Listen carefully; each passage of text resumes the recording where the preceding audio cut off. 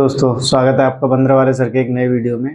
ठीक है, आज हम बात करेंगे एक अर्जेंट और इम्पोर्टेंट टॉपिक के ऊपर। ठीक है, ये टॉपिक बेसिकली बहुत ज़रूरी था बताना। ठीक है, इसमें आज हम बात करने वाले हैं। टॉपिक मेरा क्या रहेगा कि जैसे कोई नया ट्रेडर मार्केट में आता है, कोई नया ट्रेडर आता है या कोई नया इन्वेस्टर मार्केट में आता है। ठीक है, तो वो आते आते बहुत ज़्यादा हड़बड़ी में होता है। ठीक है, हड़बड़ी मीन्स आते ही कि मैं ये ट्रेड ले लूँ, ये मैं क्या ऑप्शन करूँ, फ्यूचर करूँ, इन्वेस्टिंग करूँ, ट्रेडिंग करूँ कि जल्दी से जल्दी मेरा पैसा बने और जल्दी से जल्दी मेरा पैसा बढ़ के डबल हो जाए, 3 गुना हो जाए। ठीक है, वो इस तरीके की मेंटालिटी और इस तरीके के अप्रोच के साथ मार्केट में आता है। ठीक है, तो मैं आज की वीडियो में कुछ 11 रूल्स हैं। ठीक है, जो ट्रेडिंग के 11 रूल्स हैं वो बताने जा रहा हूँ। ठीक है, ये वैल्यू एडिड वीडियो होने वाली है, इसमें आपको बहुत सारा ज्ञान मिलेगा। ठीक है, तो प्लीज़ चैनल को लाइक करें, शेयर करें और सब्सक्राइब करें ताकि मुझे भी वीडियो बनाने के लिए मोटिवेशन मिलता रहे। ठीक है, अभी हम 11 पॉइंट्स की बात करेंगे। उन 11 पॉइंट्स में 11 पॉइंट्स नहीं, बेसिकली वो 11 रूल्स हैं। ठीक है, जिस पे पूरा स्टॉक मार्केट, अगर आपने ये 11 रूल फॉलो कर लिए, ठीक है, तो आपके बहुत सारे पैसे जलने से बच जाएंगे, आपके बहुत सारे पैसे बच जाएंगे, आपका लॉस बहुत कम हो जाएगा। अगर आप लाखों लॉस करने वाले थे तो आप हज़ारों करोगे, हज़ारों करने वाले थे तो आप कुछ ही पैसों का लॉस करोगे। इन शॉर्ट मैं ये कहना चाहता हूँ कि अगर आपने ये 11 जो रूल मैं बता रहा हूँ, अगर ये फॉलो कर लिए ना, तो आपके बहुत सारा टाइम, बहुत सारे पैसे और बहुत सारी एक तरीके से उन पैसों की वजह से जो परेशानियाँ आने वाली थी, ठीक है, वो बच जाएंगी। ठीक है, तो 11 रूल्स मैं आपको बता रहा हूँ यहाँ पे। पहला रूल्स, ठीक है, बेसिकली 11 रूल में हम एक एक करके बात करेंगे। ठीक है, पहला रूल हो रहा है हैव अ विजन। ठीक है, पहला रूल नंबर 1 ये है कि हमारे पास एक विजन होना चाहिए जब हम स्टॉक मार्केट में आते हैं। ठीक है, तो बहुत सारे लोग, जितने भी, बहुत सारे क्या, ऑलमोस्ट 100% लोग, जो भी नए लोग हैं, नए इन्वेस्टर हैं, नए ट्रेडर हैं, जो भी मार्केट में आ रहे हैं, ठीक है, उनके पास कोई विजन नहीं होता। ठीक है, कोई भी ट्रेडर या कोई इन्वेस्टर इस माइंडसेट से नहीं आता कि अगले 10 साल मुझे इसी से घर चलाना है या अगले 50 साल तक मुझे इसी मार्केट में रहना है।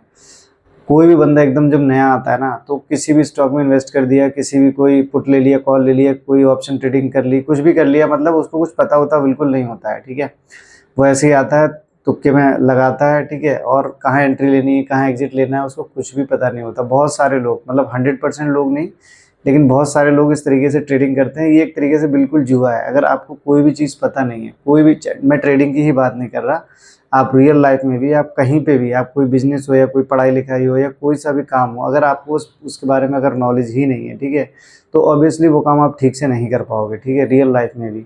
तो ऐसे ही सेम ट्रेडिंग में है। अगर ट्रेडिंग में आप, या ट्रेडिंग या इन्वेस्टिंग, कोई भी आप स्टॉक मार्केट में एंटर होते हो, ठीक है, कोई सी भी चीज़ के बारे में आपको नॉलेज नहीं है, विजन नहीं है, ठीक है, नॉलेज एक अलग चीज़ है, विजन एक अलग चीज़ है। विजन यहाँ पे मैं बात कर रहा हूँ जहाँ आपके पास विजन नहीं है। पहला पॉइंट है हैव अ विजन। आपके पास एक विजन होना चाहिए कि मैं इस मार्केट में आया हूँ तो मुझे एक पर्टिकुलर हिसाब से, एक मुझे पर्टिकुलर सेटअप के साथ ट्रेड करना है और लंबे टाइम तक मार्केट में रहना है। ठीक है, एक विजन ये होना चाहिए कि मुझे कुछ 1 साल के लिए आया हूँ, कि 10 साल के लिए आया हूँ, कि 50 साल के लिए आया हूँ। मेरे पास एक क्लियर विजन होना चाहिए कि हाँ, अब इसी मार्केट में मुझे रहना है और यहीं से पैसा कमाना है। ठीक है, तो कोई भी ऐसी काम नहीं करना है, कोई भी ऐसी हरकत नहीं करनी जिसकी वजह से मुझे यहाँ से भागना पड़े। ठीक है, तो एक तो ये विजन हो गया। दूसरा,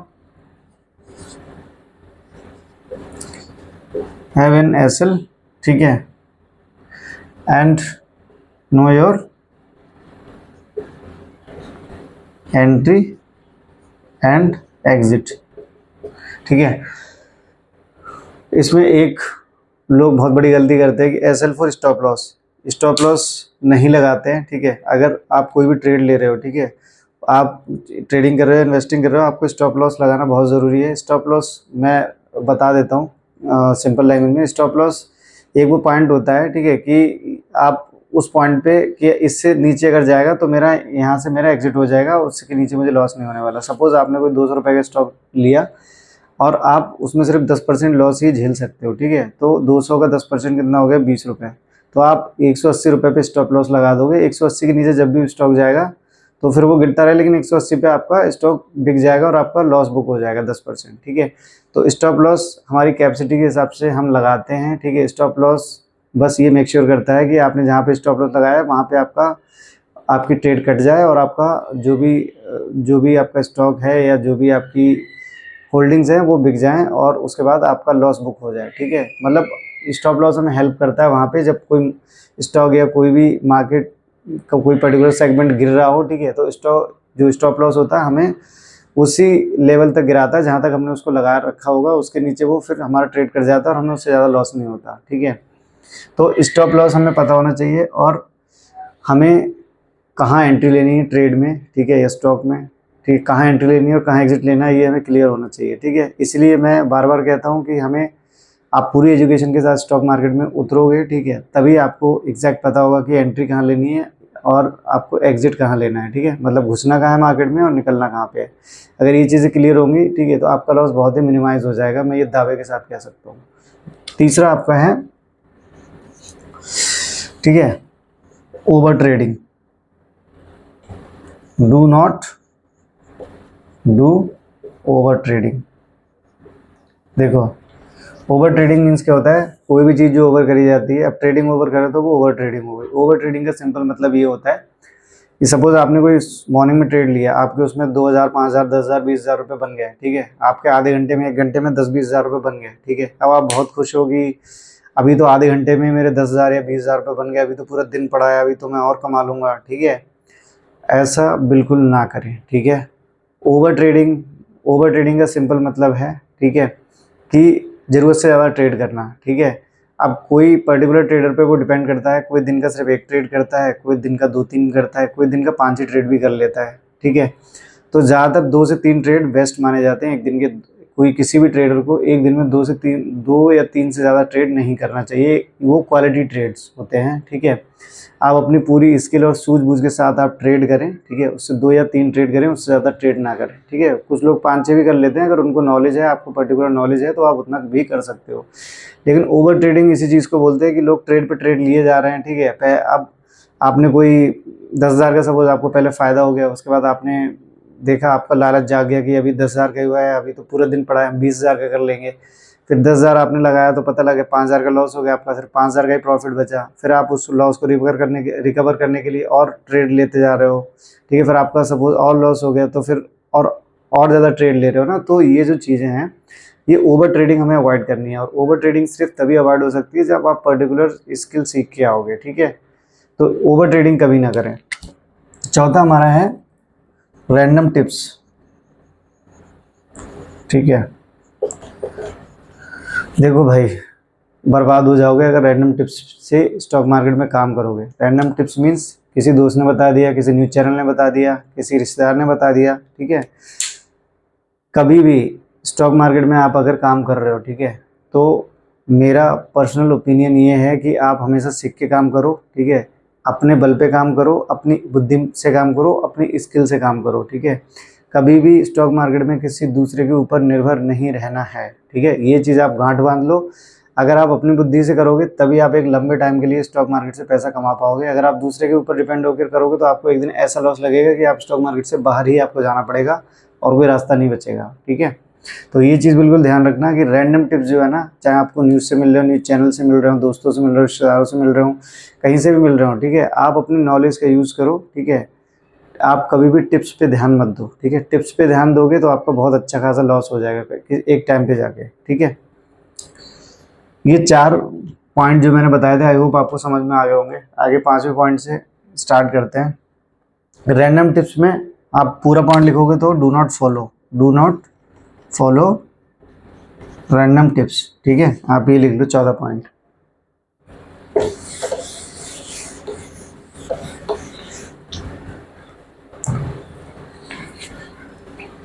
पांचवा पॉइंट है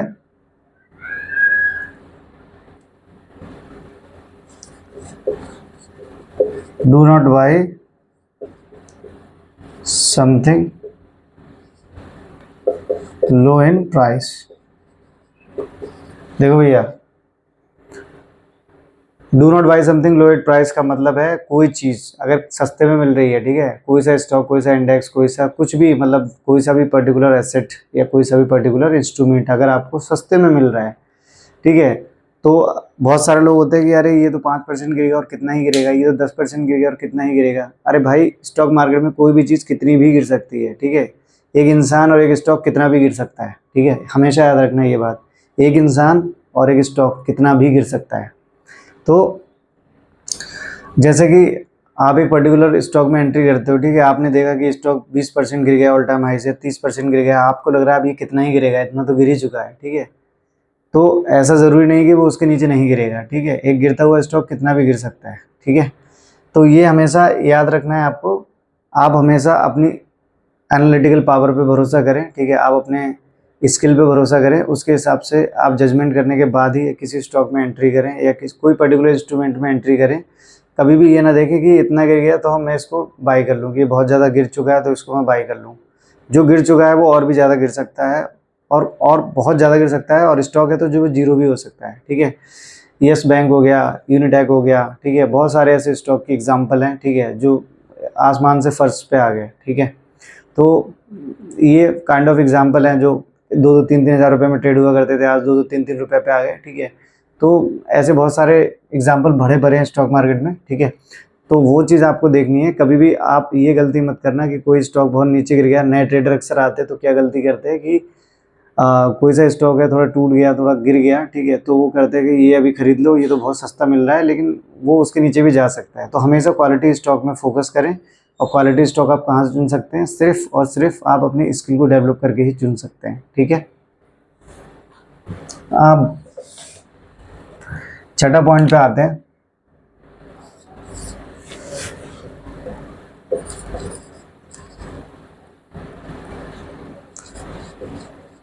Do not put all capital in one segment और स्टॉक, ठीक है। Do not put all capital in one segment और स्टॉक। आपके जो भी कैपिटल मतलब आपका जो पैसा है, जो मनी है, जो आपने स्टॉक मार्केट में लगाई है, ठीक है, वो कभी भी किसी एक सेगमेंट में या फिर किसी एक स्टॉक में ना रखें। कभी भी पूरा पैसा एक जगह ना लगाएं, ठीक है। आप डाइवर्सिफाई करो अपने पैसे को, ठीक है, अलग अलग सेगमेंट में लगाओ, ठीक है। अगर आप सपोज आपके पास 1 लाख रुपए लेकर आप स्टॉक मार्केट में आ रहे हो, तो स्टार्टिंग में आपको अगर बहुत ज़्यादा नॉलेज नहीं है, ठीक है, तो कुछ पैसे उसमें आप म्यूचुअल फंड में लगा दो, कुछ आप उसमें स्टॉक्स में लगा दो, ठीक है। कुछ पैसे के आप SIP कर दो, और कुछ पैसा आप, अगर आप इंट्राडे में इंटरेस्टेड हो तो आप ऑप्शन भी कर सकते हो। लेकिन मैं नए ट्रेडर को हमेशा यही सलाह देता हूँ कि 20% से ज़्यादा पैसा आप ऑप्शन ट्रेडिंग में मत लगाओ, ठीक है। स्टार्टिंग में जब तक आप एक्सपर्ट नहीं हो जाते, 20% से ज़्यादा पैसा ऑप्शन ट्रेडिंग में मत लगाओ। 80% पैसा अपना सेफ जगह रखो। आप ETF में लगाओ, आप म्यूचुअल फंड में लगा दो, आप स्टॉक्स में लगा दो, अच्छे स्टॉक्स में, ठीक है। लेकिन 20% से ज़्यादा पैसा ऑप्शन ट्रेडिंग में आप नहीं लगाओ, ठीक है। तो ये चीज़ हमेशा याद रखनी है कि कोई पूरा पैसा हमें एक जगह नहीं डालना है, ठीक है, अलग अलग जगह पैसा डालना है, ताकि वो पैसा डाइवर्सिफाइड रहे। एक जगह का अगर आप पैसा आपका गले तो बाकी बाकी जगह का आपका पैसा सेफ रहे, ठीक है।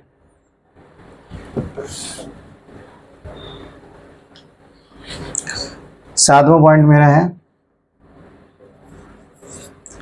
अनकंट्रोल्ड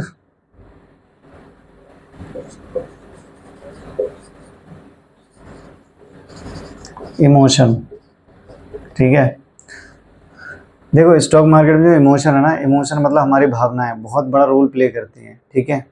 तो जैसे कि आपने स्टॉक मार्केट में जब आप उतरते हो ना, पैसा जब आपका लग जाता है ना, उसके बाद आपका दिल एकदम धड़कने लगता है कि मेरा पैसा जा रहा है या आ रहा है। जा रहा है तो एकदम आप टेंशन में आ जाते हो, बढ़ रहा होता है तो एकदम आप खुशी में हो जाते हो, खुश हो जाते हो, ठीक है।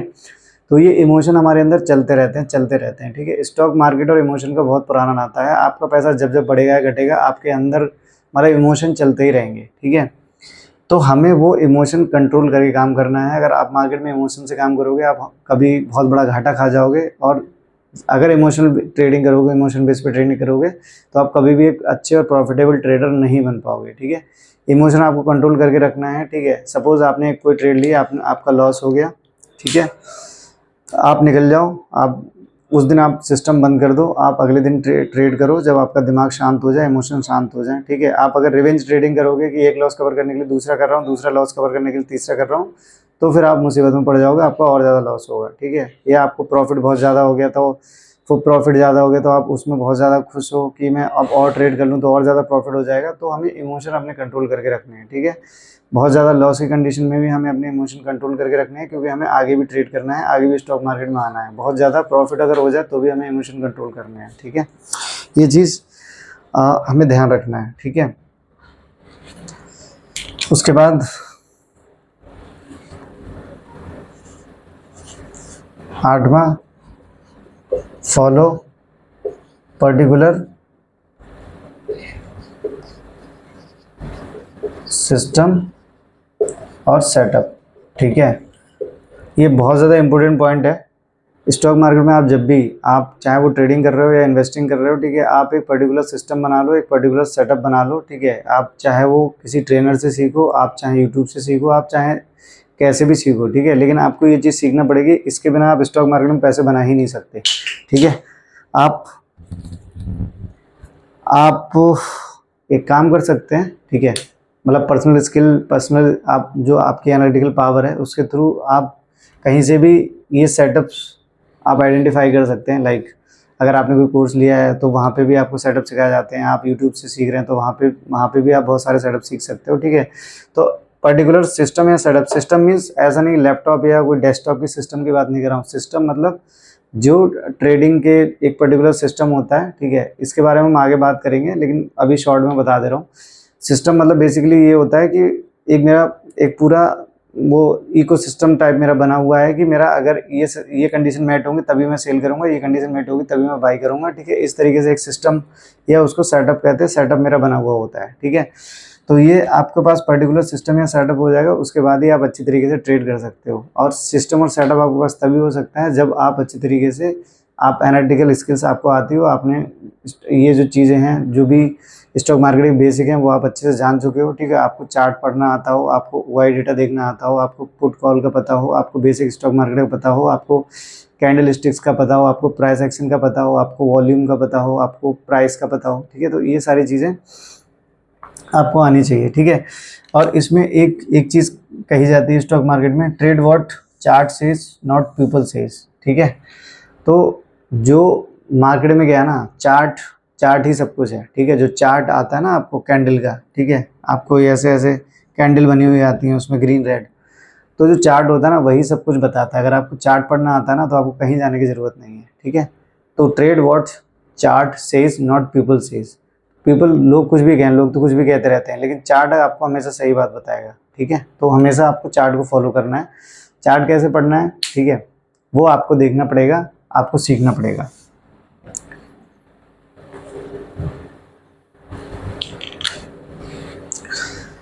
उसके बाद 8वें के बाद 3 पॉइंट हमारे बच रहे हैं। 9वां पॉइंट है मेरा नो रिस्क मैनेजमेंट,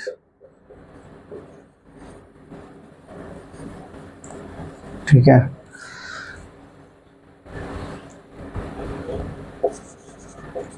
यहाँ पे लगाना है हमें पॉइंट, अगर नोट करेंगे तो have a risk management strategy. देखो रिस्क मैनेजमेंट सिंपल सरल भाषा में बोलूँ तो क्या होता है, ठीक है। हम एक पर्टिकुलर ट्रेड करने में या पर्टिकुलर कुछ बाइंग या सेलिंग करने में हम कितना प्रॉफिट कमाना चाहते हैं और कितना रुपया हम उसमें मैक्सिमम कमा सकते हैं, हमारी कैपेसिटी कितनी है, ठीक है। जैसे ये होता है RR, रिस्क रिवॉर्ड रेशियो, ठीक है, रिस्क रिवॉर्ड, ठीक है। अब जैसे 1:1 में क्या आता है, कोई 1:1 रखता है, कोई 1:2 रखता है, कोई 1:3 का रेशियो रखता है, ठीक है। अब जैसे मैंने कोई स्टॉक है, 100 रुपये मैंने उसमें लगाया, ठीक है। अब यहाँ मैंने 100 रुपये में सिर्फ 10 रुपये का ही लॉस झेल सकता हूँ, इतनी ही मेरी कैपेसिटी, इससे ज़्यादा नहीं झेल सकता। तो मैंने यहाँ पे SL लगा दिया 10 रुपये का, ठीक है। तो मेरा रिस्क है 10 रुपये का। अब ये स्टॉक बढ़ के, मेरी जो एनालिसिस है, मुझे लगता है कि हो सकता है कि 150 तक भी चला जाए, ठीक है। तो मेरा जो रिवार्ड आएगा वो 50 रुपये का आएगा, ठीक है। तो इसमें मेरा जो रिस्क और रिवॉर्ड रेशियो बन रहा है, ये बन रहा है 1:5 का, ठीक है। मतलब मेरा रिस्क तो इसमें एक गुना है और प्रॉफिट जो है मेरा वो 5 गुना यहाँ से जा रहा है, ठीक है।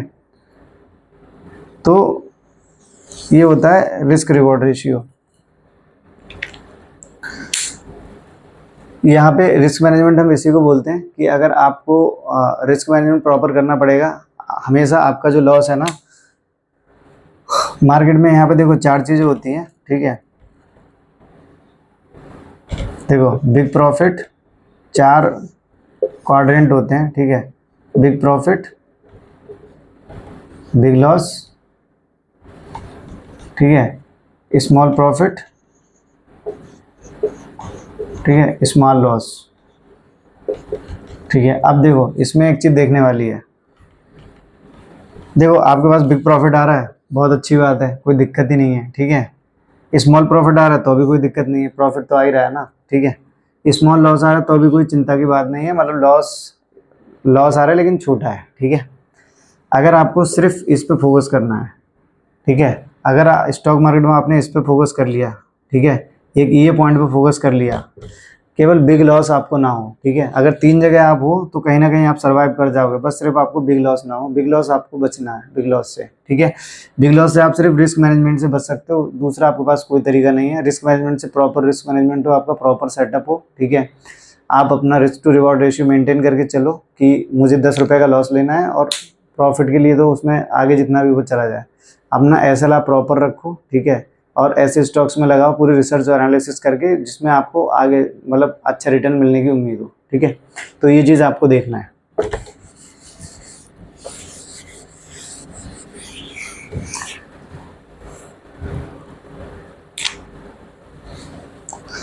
नंबर 10 पॉइंट है टेक प्रॉफिट एंड विड्रॉल।